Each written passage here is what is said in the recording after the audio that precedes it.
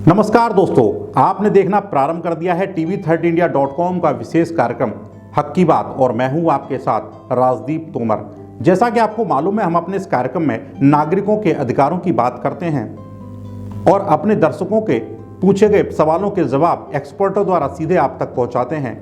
तो जैसा कि हमारे पास हमारे पिछले एपिसोड के दौरान हमारे दर्शक अलीगढ़ के जो दर्शक हैं विपिन बासणे जी, उनका एक सवाल था कि आत्मरक्षा क्या है और आत्मरक्षा का अंतिम दायरा कहां तक है। तो इस पर हम आज चर्चा करेंगे, बात करेंगे। इस पर चर्चा करने के लिए हमारे साथ मौजूद रहेंगे विधिक विशेषज्ञ एडवोकेट कपिल मोहन गौड़ जी। तो स्वागत करते हैं एडवोकेट कपिल मोहन गौड़ जी। धन्यवाद राजीव जी, आपने जो मुझे इस प्रोग्राम में बुलाया।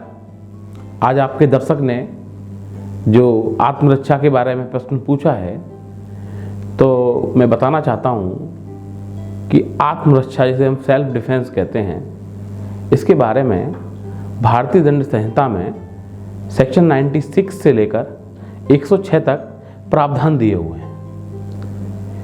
आत्मरक्षा होती क्या है? मतलब अपनी सेल्फ डिफेंस करना। अब लोग सोचते हैं कि सेल्फ डिफेंस का मतलब ये तो नहीं है कि कोई रास्ता चलते व्यक्ति मुझे मिल जाए और कोई मुझे धमका रहा है तो मैं निकाल के अपनी पिस्टल से उसे गोली मार दूं। ऐसा नहीं है। देखिए, आत्मरक्षा का अधिकार एक सीमा तक होता है। मैं आपको बताना चाहूँगा सबसे पहले कि आत्मरक्षा, या जिसे हम कह सकते हैं प्राइवेट प्रतिरक्षा, का अधिकार व्यक्ति को दो जगह प्राप्त है। एक तो जब उसके शरीर को कोई क्षति पहुंचाए, दूसरा संपत्ति को कोई क्षति पहुंचाए। मतलब आप सीधे समझिए, दो भागों में बटा हुआ है। आप संपत्ति की आत्मरक्षा करेंगे तब आपके आत्मरक्षा का अधिकार उत्पन्न होता है। एक आपके शरीर के ऊपर कोई हमला होता है, उसमें भी कैटेगरी है। जैसे कोई ऐसा हमला है जिससे घोर उपति कारित होने का डर है, या कोई ऐसा हमला है जिससे मृत्यु कारित हो सकती है, या कोई बलात्कार करने का प्रयास कर रहा है, या प्रकृति विरुद्ध कोई कार्य करने का प्रयास कर रहा है।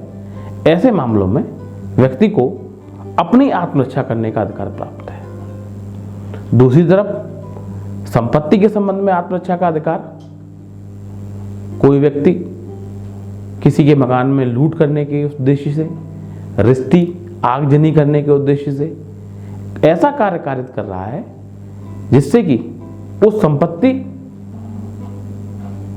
के ऊपर और उस व्यक्ति के ऊपर जीवन का संकट उत्पन्न हो जाए, तब उसके आत्मरक्षा का अधिकार उत्पन्न होता है।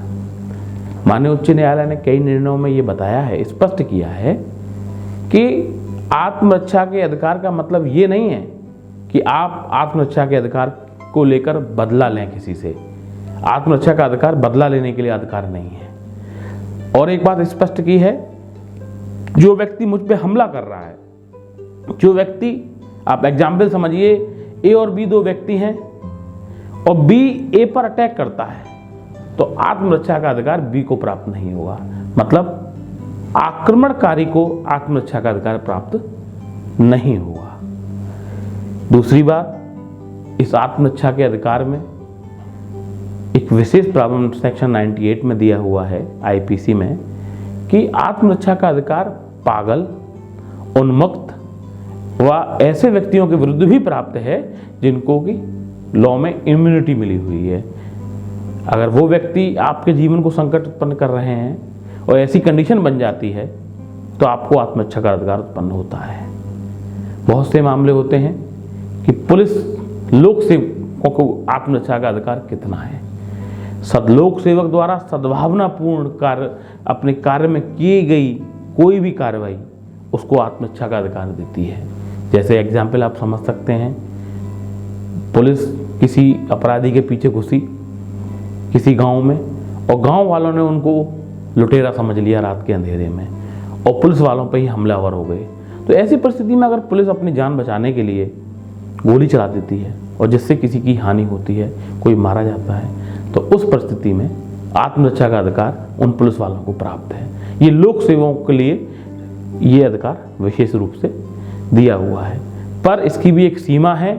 आत्मरक्षा का अधिकार कब उत्पन्न होगा और कब तक रहेगा।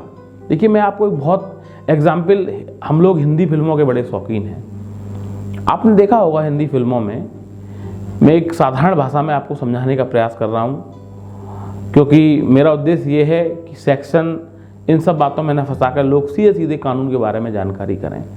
आपने देखा होगा कि सबसे पहले एक पिक्चर में जो विलेन होता है वो गोली चलाता है और वो हीरो अलग खड़ा होता है और वो गिर जाता है। विलेन जब गिरा हुआ होता है तो उसके पास में एक पिस्टल पड़ी होती है और पहली बार में वो हीरो उस विलेन को नहीं मारता है, पर जब वो बंदूक उठाकर दोबारा उस पर हमलावर होने वाला होता है तब वो हीरो उसको गोली मार देता है।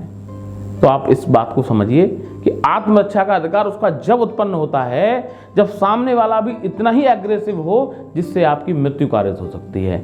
ऐसा नहीं है कि कोई व्यक्ति आया हो, आपको थप्पड़ मारा उसने और आपने निकाल के उसे गोली मार दी, वहाँ आत्मरक्षा का अधिकार उत्पन्न नहीं होता है। या कोई गाली दे रहा है, आपने उसे गोली मार दी, नहीं। आपके जीवन को संकट उत्पन्न हो जाए ऐसी परिस्थिति अगर आपके सामने है तो वहाँ आपको आत्मरक्षा का अधिकार प्राप्त होगा। ये सब बातें हैं, और भी आपके कोई प्रश्न हो इस संबंध में तो आप हमारे राजदीप भैया को के थ्रू यहाँ तक भिजवाइए, मैं सबके जवाब दूंगा और आपकी सहायता करूंगा। आपको हमारे द्वारा दी गई जानकारी कैसी लगी हमें ज़रूर बताएं और हमें सपोर्ट करने के लिए हमारे इस कार्यक्रम को शेयर करें। साथ ही आपके जहन में भी अगर है कोई सवाल तो हमें लिख भेजें। आपके स्मार्ट टीवी एवं मोबाइल फ़ोन की स्क्रीन के नीचे चल रहे नंबर एवं मेल आईडी पर। हम प्रयास करेंगे अपने अगले एपिसोड में उसको सम्मिलित करने का। और हाँ, अगर आपने अभी तक TV30 इंडिया का Android app Google play store से डाउनलोड नहीं किया है तो प्लीज़ उसे कर लें। साथ ही आप हमें फेसबुक और इंस्टाग्राम पर भी फॉलो कर सकते हैं। अपने आसपास की लेटेस्ट खबरों के लिए TV30 इंडिया को सब्सक्राइब करें और बेल आइकन को प्रेस करें